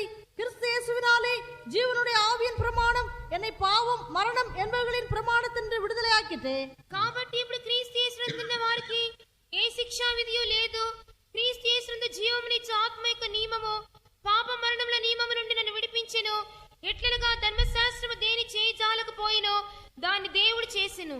so here we see how God has brought us into a new law or a new plane. தேவன் நம்மை எவ்விதமாக ஒரு புதிய பிரமாணத்திற்காக பிரமாணத்தில் அல்லது ஒரு புதிய அனுபவத்தில் கொண்டு வந்திருக்கிறார் என்று இங்கே பார்க்கிறோம். దేవుడు ఏలాగున ఒక నూతన ప్రమాణములోనికి ఒక నూతన జీవంలో తీసుకొచ్చినాడు మనం చూడగలుగుతున్నాం. By bringing us into Christ, நம்மை இயேசு கிறிஸ்துவு கூட அவர் எழுப்பினபடியினால் మనం క్రీస్తు యేసునందు వచ్చిన ద్వారా we come under a different law. நாம் இயேசு கிறிஸ்துவுக்கு உட்பட்டிருக்கிறபடியினால் பலவிதமான பிரமாணங்களுக்குள்ளே கடந்து வருகிறோம். యేసు క్రీస్తు యొక్క ప్రమాణములు A new law. ஒரு புதிய பிரமாணத்திற்குள்ளே நாம் வந்திருக்கிறோம். ఒక నూతన నియమము దేవుడు మనకు అనుగ్రహించుచున్నాడు. This law is known as the law of the Spirit of life. இந்த பிரமாணம் ஜீவனுடைய ஆவியின் பிரமாணம் என்று சொல்லப்படுகிறது. ఇదే జీవమునిచ్చు ఆ యొక్క నూతన నియమం. We don't come under the common law or the moral law of the Old Testament. நாம் பழைய ஏற்பாட்டு பிரமாணத்தின்படியோ அல்லது நவீன பிரமாணங்களுக்குள்ளேயோ காணப்படவில்லை. మనం ధర్మశాస్త్రములకు సంబంధించిన అన్య నియమములకు లోబడడం లేదు. But since we are in Christ, we have come under the new law, the law of the Spirit of life. நாம் கிறிஸ்து இயேசுவுக்குள் இருக்கிறபடியினால் ஜீவனுடைய ஆவியின் பிரமாணம் என்ற புதிய பிரமாணத்திற்குள் இருக்கிறோம். మనం క్రీస్తు యేసునందు ఉన్నందువల్ల జీవమునిచ్చు ఆత్మ యొక్క నియమంలోనికి వచ్చింటున్నాం. Now we have to judge ourselves according to the law of the spirit of life. இப்பொழுது ஜீவனுள்ள ஆவியின் பிரமாணத்தின்படியே நாம் நம்மை நிதானிக்க வேண்டும். ఇప్పుడు జీవమునిచ్చు ఆత్మ యొక్క నియమం ప్రకారమే మనకు జీవితమును మనము తీర్పు తీర్చుకోవాల్సి ఉంటున్నది. We cannot judge ourselves with the law of the Old Testament. பழைய ஏற்பாட்டு பிரமாணத்தின்படி நாம் நம்மை நியாயம் தீர்க்க கூடாது. ధర్మశాస్త్రానుసారంగా మన యొక్క జీవితములు మనము న్యాయంగా తీర్పు తీర్చకూడదు. We read that the Old Testament law could only judge the actions of people. ஏனென்றால் பழைய ஏற்பாட்டு பிரமாணங்கள் ஜனங்களுடைய கிரியைகளை மாத்திரமே நியாயம் தீர்த்தன என்று காண்கிறோம். ధర్మశాస్త్రానుసారంగా మనం చూసినట్లయితే క్రియల రూపంగా చేసిన పాప నిమిత్తమై వారు న్యాయం తీర్చుకునేవారు. But the spirit of the law but the law of the spirit of life in Christ Jesus, it judges even our thoughts. ஆனால் கர்த்தராகிய இயேசு கிறிஸ்துவினுடைய ஜீவனுடைய ஆவியின் பிரமாணம் நம்முடைய எண்ணங்கள் நினைவுகளையும் கூட நியாயம் தீர்க்கும். క్రీస్తు యేసునందున జీవమునిచ్చు ఆత్మ యొక్క నియమం ఏం బోధిస్తుందంటే మన మనసులో ఉన్న కార్యములు కూడా అది న్యాయం తీరుస్తున్నది. Before anything could come out in action, கிரியைகளிலே எந்த காரியம் செய்யப்படுவதற்கு முன்பாக క్రియల రూపకంగా ఏ కార్యములు చేయక ముందుగానే it comes in our thoughts. முதலாவதாக அது நம்முடைய எண்ணங்களில் நினைவில் வருகிறது. మొట్టమొదట అది మన యొక్క తలంపులో ప్రారంభించబడుతున్నది. That's where we are given a law to judge the thoughts. ஆனபடினால் தான் நம்முடைய எண்ணங்களையும் கூட நியாயம் தீர்க்கக்கூடிய ஒரு பிரமாணத்தை நாம் பெற்றிருக்கிறோம். అందుకొరకే తలంపుల్లో కూడా న్యాయం తీర్చుకునే ఒక నియమమును మనం పొంది ఉంటున్నాం. When our thoughts are judged, there's no room for it to come into action. நம்முடைய எண்ணங்களில் அவைகள் வரும்பொழுதே நியாயம் தீர்க்கப்பட்டு விட்டால் அவைகள் நம்முடைய கிரியையிலே வருவதற்கு அவசியமே இல்லை. తలంపులోనే ఉన్నప్పుడు మనం న్యాయం తీర్చుకున్నట్లయితే అది క్రియా రూపంగా వచ్చేందుకు అవకాశం ఉండడం లేదు. But when we fail to judge our thoughts, we see it comes out in actions. நம்முடைய எண்ணங்களை நாம் நியாயம் தீர்க்க தவறும் பொழுது அவைகள் கிரியைகளில் வெளிப்படுகின்றன. తలంపుల్లో మనం న్యాయం తీర్చుట తప్పిపోయినప్పుడే అది క్రియా రూపంగా మార్చబడుతున్నది. Praise be to God. தேவனுக்கு ஸ்தோத்திரம் உண்டாவதாக. But here God has given us this experience of even judging our thoughts. நம்முடைய எண்ணங்களை கூட நியாயம் தீர்க்க நிதானிக்க கூடியதான ஒரு அனுபவத்தை தேவன் நமக்கு தந்திருக்கிறார். ఈ తలంపుల్లో మనం న్యాయం తీర్చుకుంటా గాను దేవుడు మనకి ఇటువంటి ఒక అనుభవం ఇచ్చినాడు. That is part of overcoming life. இது ஜெய ஜீவியத்தினுடைய ஒரு பகுதியாகும். ఇదే మన తలంపుల్లో ఉన్న ఒక జయ జీవితం బోధిస్తున్నది. Especially we who are living in these last days. இந்த கடைசி நாட்களிலே ஜீவிக்கிறதான நாம் చివరి దినంలో జీవిస్తున్నాం మనము. We have to judge our thoughts. நம்முடைய எண்ணங்களை நாம் நியாயம் தீர்க்க வேண்டும். మన యొక్క తలంపులను మనం న్యాయం తీర్చుకొనవలెను. And when we look at these various experiences, இந்த பலவிதமான அனுபவங்களை நாம் பார்க்கும் பொழுது ఈ విధంగా ఒక్కొక్క అనుభవంలో మనం చూసినట్లయితే we see in each experience some fail and therefore they are unable to come to that little flock. நாம் ஏதோ ஒரு காரியத்தை ஆதாயப்படுத்திக் கொண்டு இவ்விதமாக அந்த சிறு மந்தையிலே வரக்கூடிய ஸ்லாக்கியத்தை பெற்றுக்கொள்கிறோம். ఈ యొక్క కార్యములో మనం లోపం గల వారంగా కనబడుచున్నాము కనుకనే ఆ యొక్క చిన్న మందలోనికి వచ్చుటకు ఇంకనూ వీలు కాలేదు. Some may have the experience of water springing from them. சில அவருடைய ஜீவியத்திலே தண்ணீர் ஊறுகிறதான ஒரு அனுபவத்தை உடையவர்களாக இருக்கலாம். కొంతమంది వారి యొక్క జీవితంలో ఊటల యొక్క అనుభవం అనేది నిలిచిపోయి ఉండవచ్చును. But they may not go on to the next experience where they get abundant life. அவர்கள் நிறைவான பரிபூர்ணமான ஜீவனை பெற்றுக்கொள்கிறதான அடுத்த அனுபவத்திற்கு தங்களுடைய ஜீவியத்திலே போகிறதில்லை. వారి యొక్క జీవితంలో సమృద్ధి గల యొక్క జీవన పొందే యొక్క అనుభవంలోనికి ఇంకను పోలేకపోతున్నారు. Some come into the experience of the abundant life but they do not go on to the overcoming life. சிலர் பரிபூர்ணமான ஜீவனை பெற்றுக்கொண்ட அனுபவத்தில் வந்திருக்கலாம், ஆனால் ஜெய ஜீவியம் செய்கிறதான அனுபவத்திற்கு அவர்கள் போயிருக்க மாட்டார்கள். వారు సమృద్ధి గల జీవం అనేది పొందలేని ఒక అనుభవంలో ఉంటున్నారు కనుకనే వారు జయ జీవితం అనే ఒక అనుభవంలోనికి పోలేకపోతున్నారు. But God wants a group of people who have all these experiences so that they may be called as a little flock. தேவன் சிறு மந்தை என்று அழைக்கப்படும்படியாக இந்த எல்லா அனுபவங்களை உடையவர்களாக ஒரு கூட்ட ஜனங்கள் காணப்பட வேண்டும் என்று விரும்புகிறார். దేవుడు చిన్న మందానే పిలువటగాను ఈ యొక్క అనేక అనుభవంలోని వెళ్ళవలని దేవుడు వాంఛిస్తువే அவர் ஒவ்வொருவருக்கும் அவர்கள் இந்த அனுபவத்துக்குள் வரக்கூடிய எல்லா அவசியமான காரியங்களையும் தந்திருக்கிறார்.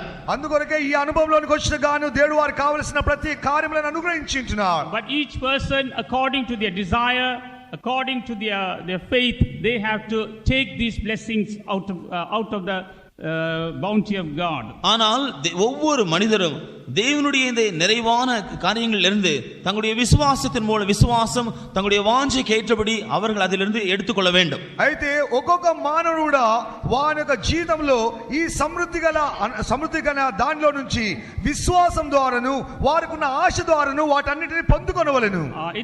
Therefore it depends on man. ஆகவே இதை பெற்றுக்கொள்கிறது மனிதனை தான் சார்ந்திருக்கிறது. ఈ యొక్క పొందుట విషయంలో మానవుడు నిర్లక్ష్యంగానే ఉంటున్నాడు. God on his part, he has done all things necessary for us.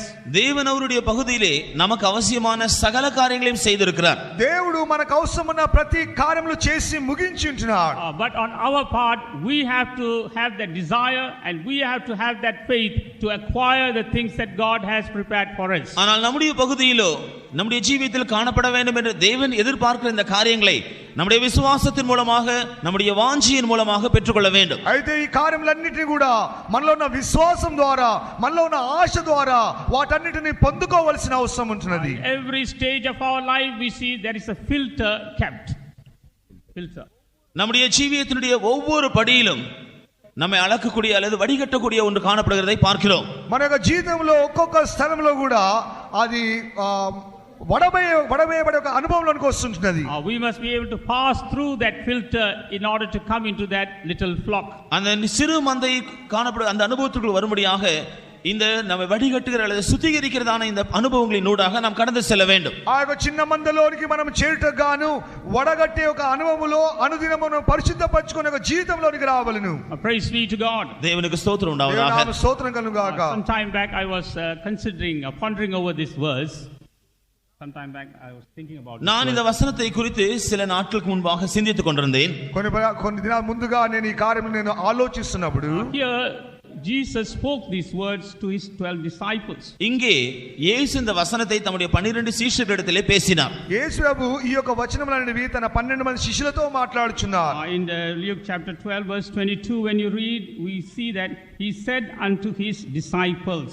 லூக்கா 12ஆம் அதிகாரம் 32ஆம் வசனத்திலே நாம் அதை படித்தால் இயேசு தம்முடைய சீஷர்களிடத்தில் தான் இந்த விஷயத்தை சொன்னார். లూకా సువార్త 12వ అధ్యాయం 32వ వాక్యము చదువుతున్నప్పుడు అది యేసు ప్రభు తన శిష్యులతో మాట్లాడినట్లుగానే ఉన్నది.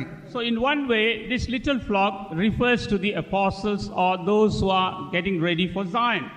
ஆகவே ஒரு விதத்திலே இந்த சிறுமந்தை என்று சொன்னால் அவருடைய அப்போஸ்தலரையோ அல்லது அவருடைய வருகைக்காக ஆயத்தமாக்கப்பட்டு கொண்டிருக்கிற ஒரு கூட்டத்தாரையோ காண்பிக்கிறது. ఒక కాలంలో ఈ చిన్న మంద అని చెప్పినప్పుడు అది అపోస్తలులను వారి అనుసరిస్తున్న ఒక గుంపునకు బోధిస్తుంటున్నది.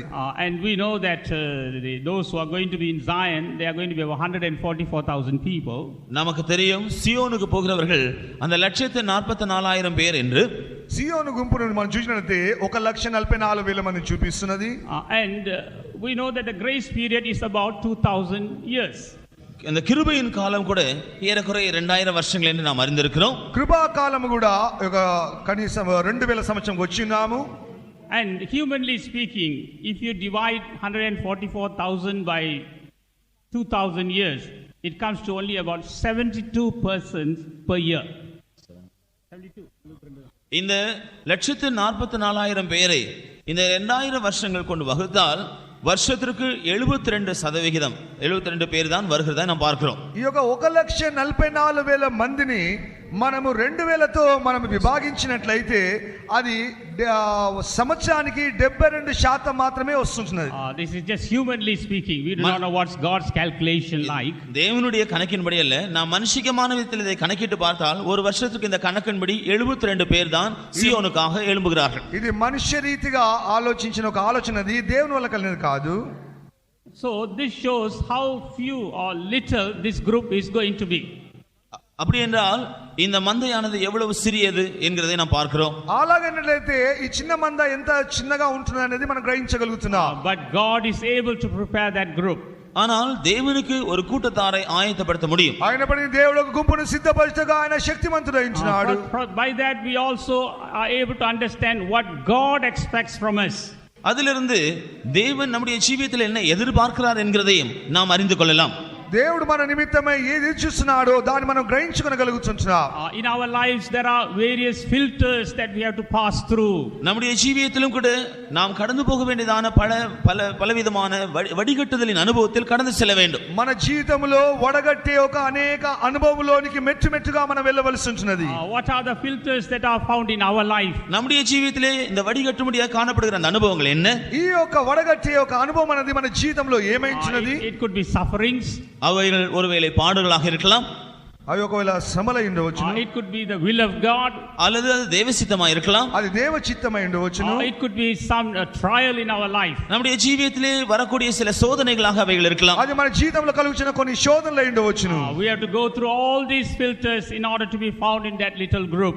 அந்த சிறு மந்தையிலே காணப்படும்படியாக நம்மை வடிகட்டி சுத்திகரிக்கக்கூடியதான இந்த அனுபவங்களின் ஊடாக நாம் கடந்து செல்ல வேண்டும். మనం చిన్న మందలో ప్రవేశించడానికి గాను ఈ యొక్క మెట్టుమెట్టుగా ఈ అనుభవాలన్నిటిలోంచి వెళ్ళవలసి ఉంటున్నది. Praise be to God. தேவனுக்கு ஸ்தோத்திரம். దేవునామ స్తోత్రములు. If we take that this little flock shows the servants of God, then the kingdom speaks about New Jerusalem. இந்த சிறு மந்தை தேவனுடைய ஊழியக்காரரை காண்பிக்கும் என்றால் இந்த ராஜ்யம் என்று சொல்வது புதிய எருசலேமை காண்பிக்கிறது. అయితే ఈ యొక్క చిన్న మంద అనేది ఒకవేళ సేవకులను చూపించినట్లయితే రాజ్యం అనేది యెరూషలేమును చూపిస్తుంటున్నది. That's why Jesus told his disciples that it is your father's good pleasure to give you the kingdom. ஆகவேதான் இயேசு தம்முடைய சீஷரிடத்திலே சொன்னார், பிதா உங்களுக்கு ராஜ்யத்தை கொடுக்க சித்தமாக பிரியமாக இருக்கிறார் என்று. మీకు రాజ్యం అనుగ్రహించుట దేవునికి ఇష్టమైనదని శిష్యులతో యేసు చెప్తున్నాడు. God has given the task of preparing New Jerusalem into the hands of the servants of God. தேவன் தம்முடைய ஊழியக்காரருடைய கரங்களிலே புதிய எருசலேமை ஆயத்தப்படுத்தக்கூடியதான பணியை கொடுத்திருக்கிறார். దేవుడు సేవకులైన వారి యొక్క చేతిలోనికి నూతన యెరూషలేము అనే ఒక దేవుని యొక్క రాజ్యమును అప్పగించి ఉంటున్నాడు. As we heard last night in Acts chapter 20 verse 28, we read that it is God who has appointed servants of God so that they could lead the church on to perfection. ஆகவேதான் நேற்று இரவும் கூட அப்போஸ்தலர் 20 அதிகாரம் 28 வசனத்திலிருந்து நாம் கேட்டோம், இந்த தேவனுடைய சபையை நடத்தும்படியாக தேவன் தம்முடைய ஊழியக்காரர்களை ஏற்படுத்தி வைத்திருக்கிறார். దేవుని యొక్క సంఘం అనేది పరిపూర్ణ పరిశుద్ధగాను అపోస్తలుల కార్యం 20 అధ్యాయం 28 వచనంలో చెప్పినట్లుగానే దేవుడు తన యొక్క సేవకుల చేతిలో ఈ మందను అప్పగిస్తున్నాడు. Therefore servants of God are like the little flock. ஆகவே கர்த்தருடைய ஊழியர்கள் இந்த சிறு மந்தையை போல இருக்கிறார்கள். దేవుని యొక్క సేవకులైన వారు చిన్న మందవలే కనబడుచున్నారు. And what about the kingdom of God? அப்படி என்றால் தேவனுடைய ராஜ்யத்தை பற்றி என்ன? అయితే దేవుని యొక్క రాజ్యం విషయం ఏమైంటున్నది? That is also going to be few but not as few like the servants of God. சிலர் இந்த சிறு மந்தையை போல கர்த்தருடைய ஊழியக்காரர்கள் போல அவர்கள் கூட குறுகிய எண்ணிக்கை உள்ளவர்களாக இருக்கிறார்கள் என்று நினைக்கலாம். కొంతమంది ఈ యొక్క సేవకుల వల్లనే ఒక చిన్న గుంపుగా ఉంటున్నారని తలుచుకుంటున్నారు. But the word of God doesn't clearly tell us what will be the exact figure of Jerusalem. ஆனால் தேவனுடைய வசனம் புதிய எருசலேமின் எண்ணிக்கை என்ன என்று திட்டம் தெளிவாக சொல்லவில்லை. అయితే యెరూషలేము యొక్క సంఖ్య ఎంత అనేది అది మనకు లెక్కలో రాయబడలేదు. But when we look at the various filters that the word of God speaks about, that is also going to be few.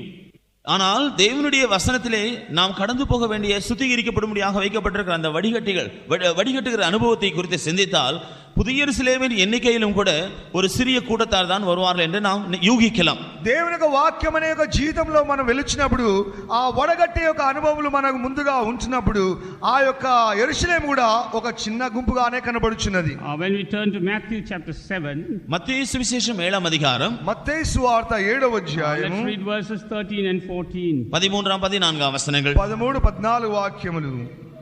Enter ye in at the straight gate, for wide is the gate and broad is the way that leadeth to destruction, and many there be which go in thereat.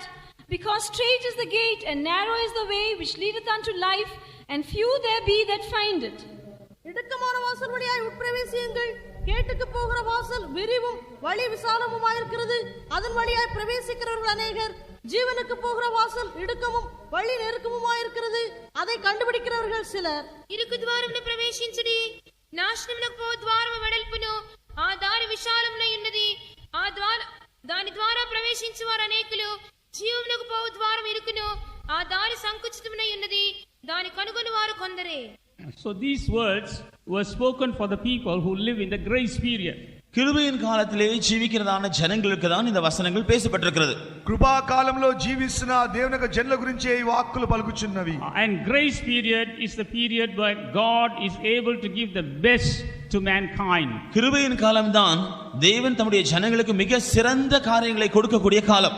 దేవుడు మన యొక్క జనులందరికీ కూడా ఒక ఇరుకైన ఒక కార్యములను మనకు బోధిస్తున్నాడు. In the kingdom of God also we see there are different places. தேவனுடைய ராஜ்யத்திலும் பல இடங்கள் இருக்கிறதை நாம் பார்க்கிறோம். దేవుని యొక్క రాజ్యంలో కూడా అనేక స్థలములను చూడగలుగుతున్నాము. Even in the world we see that things are graded differently.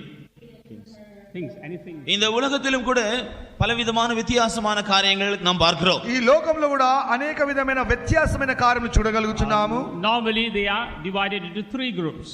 இவைகள் பொதுவாக 3 பிரிவுகளாக பிரிக்கப்பட்டுள்ளன. ఒక 3 గుంపులుగా విభజింపబడి ఉన్నవి. We read about things that are positive or good. நமக்கு அனுகூலமாக நேர்முகமாக இருக்கக்கூடிய காரியங்களை பொருட்களை பற்றி படிக்கிறோம். ఒక అనుభవముగాను మనం పొందబోయే ఒక కార్యములు మనకు బోధిస్తున్నది. Then we read about things that are better. நாம் அடுத்தபடியாக அதை பார்க்கலும் சற்று மேன்மையான காரியங்களை குறித்து நாம் படிக்கிறோம். మనం ఒక అనుభవించే ఒక కార్యములు మనం సంతోషకరంగా నేర్చుకుంటున్నాం. And we also read about things or see things that are best. அடுத்தபடியாக மூன்றாவதாக மிக சிறந்ததாக காரியங்கள் இருக்கிறதை காண்கிறோம். తరువాత అతి శ్రేష్టమైన కార్యములనే మనం కనుగొంటున్నాం. In the same way we see in the kingdom of God also there are things that are good, that are better and best. இதை போலவே தேவனுடைய ராஜ்யத்தை பொறுத்த வரையிலும் நல்ல காரியங்கள் உண்டு, அதை பார்க்கல மேன்மையான காரியங்கள் உண்டு, மிக சிறந்த காரியங்களும் உண்டு. అలాగునే దేవుని యొక్క రాజ్యంలో మంచి కార్యములు ఉంటున్నవి, అతి మంచి కార్యములు ఉంటున్నవి, తర్వాత శ్రేష్టమైన కార్యములు కూడా ఉంటున్నవి. But it is only in the grace period that man can attain the best that God has for him. ஆனால் இந்த கிருபையின் காலத்தில் தான் தேவன் மனுஷனுக்கு இந்த 3 காரியங்கள் மிக சிறந்த காரியத்தை பெற்றுக்கொள்ளக்கூடிய வாய்ப்பை தந்திருக்கிறார். అయితే ఈ కృపా కాలంలోనే మానవుడు అతి మంచి కార్యములు ఎన్నుకోవాలనే దేవుడు ఎదురు చూస్తున్నాడు. And God has the best place prepared for you and for me in eternity. நித்தியத்திலே உங்களுக்கும் எனக்கும் மிகவும் சிறந்த ஒரு இடத்தை தேவன் ஆயத்தப்படுத்தி வைத்திருக்கிறார். దేవుడు నిత్యత్వములో నీకును నాకును ఒక శ్రేష్టమైన స్థలము సిద్ధపరిచి పెట్టించున్నాడు. Those are the places we call as Zion and Jerusalem, New Jerusalem. அந்த இடங்களை தான் நாம் சீயோன் என்றும் புதிய எருசலேம் என்றும் அழைக்கிறோம். అదే సియోను యెరూషలేము అని పిలుచున్నాము. It is no doubt those places are best, but to attain that God also expects the best out of us. அந்த இடங்களில் சிறந்தவைகள் என்று சொல்வதில் சற்றேனும் சந்தேகமில்லை. என்றாலும் இந்த இடத்தை சுதந்திரிக்கும்படியாக நம்முடைய ஜீவிதத்திலும் மிக சிறந்த காரியங்களை தேவன் எதிர்பார்க்கிறார். అయితే మన నిత్యత్వములో ఆ యొక్క శ్రేష్టమైన స్వాస్థ్యమును సంపాదించిన నిమిత్తమై మనలో ఒక శ్రేష్టమైన కార్యములు దేవుడు ఎదురు చూస్తున్నాడు. And just now we read the verses that Jesus spoke. ஆகவே நான் இயேசு சொன்ன அந்த வசனங்களை நான் இங்கே சொல்கிறேன். యేసు ప్రభు చెప్పిన ఆ యొక్క మాటలను మేము ధ్యానించుదాము. Jesus tells us that one should enter into the straight gate. நாம் இடுக்கமான பாதை வழியாக கடந்து செல்ல வேண்டும் என்று இயேசு சொல்கிறார். మనం ఇరుకైన ద్వారంలో ప్రవేశించడానికి యేసు ప్రభు చెప్తున్నాడు. And we have to go through the way that is narrow. நெருக்கமாக இருக்கிறதான வழியிலே நாம் பிரவேசிக்க வேண்டும் என்று இயேசு சொல்கிறார். అనేక ఇరుకైన మార్గములో వెళ్ళవలనని చెప్పుచున్నాడు. Otherwise we will not be able to find the right place. அப்படி இல்லாவிட்டால் சரியான இடத்தை உங்களுக்கு கண்டுபிடிக்க முடியாது. అలాగు లేనట్లయితే మనం సరైన స్థలంలో కనబడలేకపోతున్నాం. But normally it's human nature to desire the best of both worlds. மனுஷிகமான விதத்திலே அவர்களுடைய ஜீவியத்தில் மிக சிறந்த காரியங்களை தேர்ந்தெடுக்கிற காரியம் மிகவும் மோசமானது. అయితే மனுஷனுடைய விருப்பம் என்னவென்றால் உலகத்திலும் அவர்களுக்கு சிறந்த காரியங்கள் வேண்டும், பரலோகத்திலும் சிறந்த காரியங்கள் வேண்டும் என்று எதிர்பார்க்கிறார்கள். అయితే మానవ జీవితంలో నా ఉద్దేశం ఏంటంటే భూమి మీద కూడా అన్ని విషయంలో శ్రేష్టమైన కార్యం ఉండాలి, తిరిగి పరలోకం వెళ్ళి శ్రేష్టమైన సంపాదించుకోవాలి. If we are to receive the best, here Jesus says we must choose the straight and the narrow. இங்கே இயேசு சொல்கிறார், பரலோகத்தில் சிறந்த காரியங்களை நாம் பெற்றுக்கொள்ளும்படியாக தேடுவோம் என்றால் இடுக்கமான வாசல் வழியாகவும் நெருக்கமான வழியிலும் செல்ல வேண்டும் என்று இயேசு சொல்கிறார். పరలోకంలో ఉన్న మంచి పదార్థములు మంచి స్థానమును పొందాలంటే తిన్నని మార్గములోను ఇరుకైన మార్గంలో వెళ్ళవలని ప్రభు బోధిస్తున్నాడు. Even this morning if we are going through such a path, we should rejoice because we are going to receive the best from God. இந்த காலையில் நாம் ஒருவேளை இப்படிப்பட்ட பாதையிலே கடந்து செல்கிறவர்களாக இருப்போம் என்றால் நாம் தேவனுடைய மிக சிறந்த காரியங்களை பெற்றுக்கொள்ளப் போகிறோம் என்கிற நம்பிக்கையோடு நாம் அவைகளில் களிகூற வேண்டும். ప్రభు చెప్పిన ఈ యొక్క దారిలో మనం వెళ్ళినట్లయితే రాబో కాలంలో అతి శ్రేష్టమైన ఆ యొక్క కార్యములు మనము సంపాదించుకోగలుగుతున్నాం. We also read about another filter in Matthew chapter chapter 7. மத்தேயு சுவிசேஷம் 7ஆம் அதிகாரத்திலே நம்மை வடிகட்டி சுத்திகரிக்கக்கூடிய வேறொரு காரியத்தை குறித்து படிக்கிறோம். మత్తయి సువార్త 7వ అధ్యాయంలో ఇంకో కార్యం మనం చూస్తున్నాం. There Jesus says that not everyone who calls him Lord, Lord shall enter into the kingdom of heaven. இங்கே இயேசு சொல்கிறார், என்னை நோக்கி கர்த்தாவே கர்த்தாவே என்று சொல்லுகிற ஒருவனும் தேவனுடைய பரலோக ராஜ்யத்தில் பிரவேசிக்க மாட்டான். 21వ వచనంలో మనం చూడలేతే ప్రభువా ప్రభువా అన్న ప్రతివాడు పరలోక రాజ్యంలో ప్రవేశింపనేరడు. That you read in verse 21. 21ஆம் వచనத்திலே நாம் அதை காண்கிறோம். 21వ వాక్యంలో చదువుతున్నాము. But he that doeth the will of my Father which is in heaven, he shall enter into the kingdom of heaven. ஆனால் பரலோகத்தில் இருக்கிற என் பிதாவினுடைய சித்தத்தின்படி செய்கிறவனே பரலோக ராஜ்யத்தில் பிரவேசிப்பான். పరలోకమందున నా తండ్రి చిత్తం చేయవాడే ఆ యొక్క పరలోకంలో చేర్చబడుతున్నాడు. So the will of God becomes another filter that makes us worthy to enter into that kingdom. இங்கே தேவ சித்தமானது தேவனுடைய ராஜ்யத்துக்குள் நம்மை பிரவேசிக்கக்கூடிய தகுதிப்படுத்தக்கூடிய நம்மை வடிகட்டி சுத்திகரிக்க ஒன்றாக காணப்படுகிறது. మన జీవితంలో ఆ దేవుని యొక్క రాజ్యంలో ప్రవేశించినట్లుగా దేవుని యొక్క చిత్తమైన మార్గం తలంచి ఆ చిత్తంలో మనం వెళ్ళుటకు ప్రయాసపడవలెను. God has brought us into this fellowship. God has brought us into the truth so that we may do God's will. தேவன் நம்மை இந்த ஐக்கியத்திலும் இந்த சத்தியத்திலும் கொண்டு வந்ததனுடைய நோக்கம் தேவ சித்தம் செய்யும்படியாகத்தான். దేవుడు మనను ఈ యొక్క సత్యమైనలో తీసుకొని వచ్చేటకు ముఖ్యమైన కారణం ఏమంటే దేవ చిత్తం మనం చేయవలెను.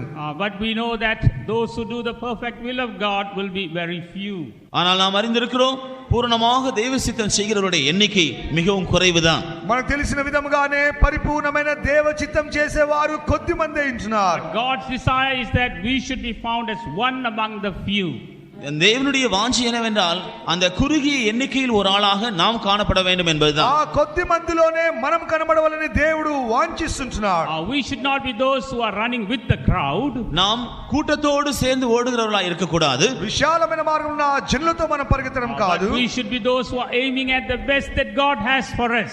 ஆனால் தேவன் நமக்காக வைத்திருக்கிற மிக சிறந்த காரியங்களின் மேல் நோக்கமுடையவர்களாக இருக்கிற கூட்டத்தில் நாம் காணப்பட வேண்டும். మనము ఆ యొక్క తిన్నని మార్గం అనే చిన్న మార్గంలో మన ముందు పెట్టిన ఇరుకైన మార్గంలో వెళ్ళి ఆ యొక్క చిన్న మందిలో కనబడవలెను. For that what we have to do? அதற்காக நாம் என்ன செய்ய வேண்டும்? దాని కొరకు మనం ఏమి చేయవలెను? When we turn back to Isaiah chapter 55. ஏசாயா 55ஆம் அதிகாரத்தில் நான் மறுபடியும் திரும்பி பார்த்தால் యెషయా 55వ అధ్యాయంలో తిరిగి చూచినట్లయితే there in the first verse we read, come ye buy and eat.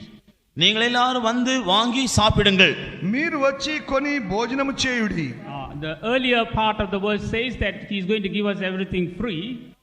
முதலாவதாக அவர் சொன்னார் எல்லாவற்றையும் இலவசமாக கொடுப்பேன் என்று. పై భాగంలో మనం చూడనైతే అన్ని మీకు ఉచితంగా ఇవ్వబడుతుందని చెప్పబడుచున్నది. After that he says come and buy. ஆனால் அடுத்தபடியாக அவர் சொல்கிறார் நீங்கள் வந்து வாங்கி கொள்ளுங்கள். తర్వాత చెప్తున్నారు మీరు కొని దాన్ని భుజించుడి. But you need not pay any money or price for it. ஆனால் இதற்காக நீங்கள் காசோ பணமோ கொடுக்க வேண்டியதில்லை. అయినప్పటికీ నీ రూకలు ఏమీ నీయకనే పొందుడి. But you have to buy.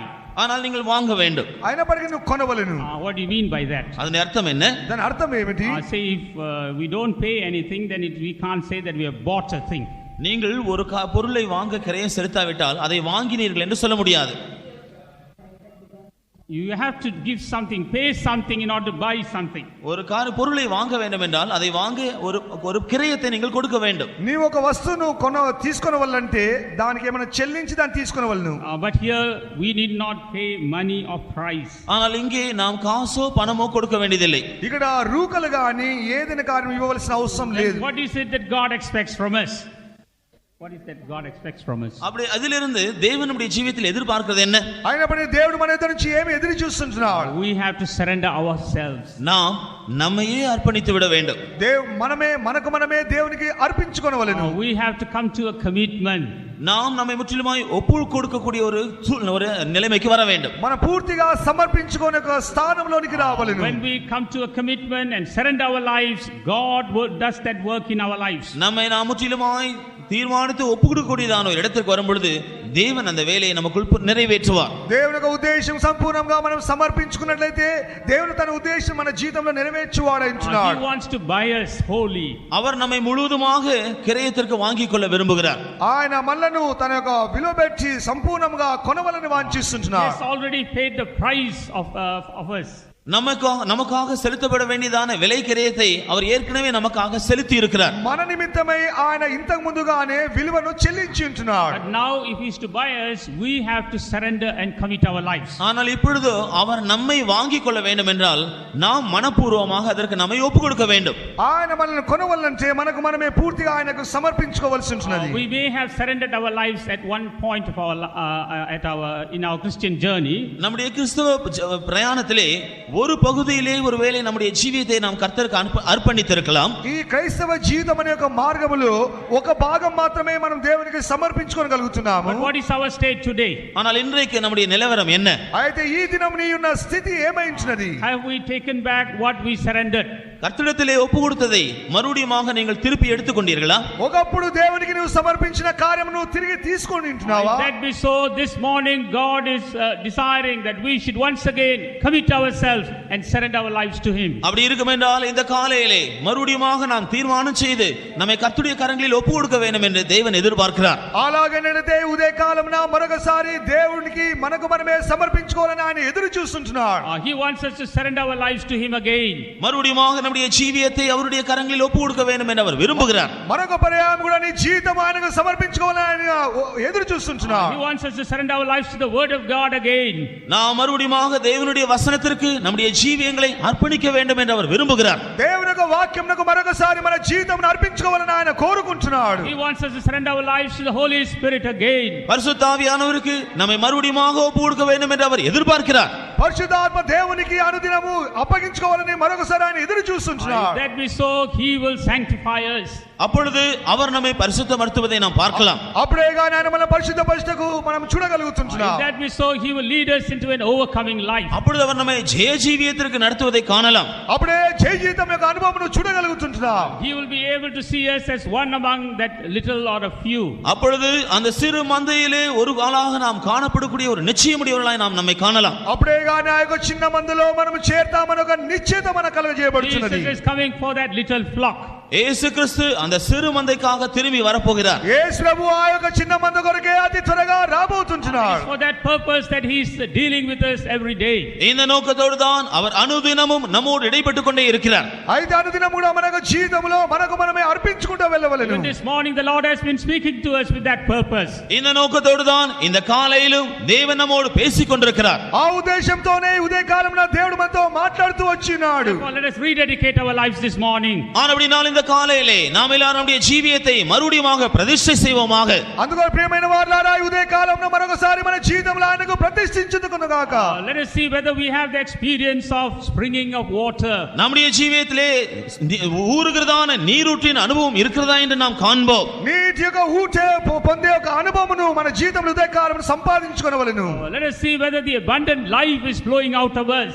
நம்முடைய ஜீவியத்திலிருந்து பரிபூரணமான ஜீவன் பாய்ந்து செல்கிறதா என்று நாம் பார்ப்போம். మరొకసారి సమృద్ధి గల జీవం అనేది మనలో నుంచి పారినట్లుగా మనం చూడగలుగుతుంటున్నాం. Let us see whether we are living an overcoming life in these days. இந்த நாட்களில் நாம் ஒரு ஜெய ஜீவியம் செய்கிறோமா என்று நாம் நம்மை கவனித்து பார்ப்போம். ఈ దినములో ఆ యొక్క జీవితం కూడా చేయగలుగుతున్నామని చూడగలుగుతుంటున్నాం. If we are still not able to overcome anything, நாம் இன்னும் ஒன்றையும் ஜெயிக்க முடியாதவர்களாய் இருப்போம் என்றால், మనం ఒకవేళ జయించని వారముగా ఉన్నట్లయితే, here God is inviting us.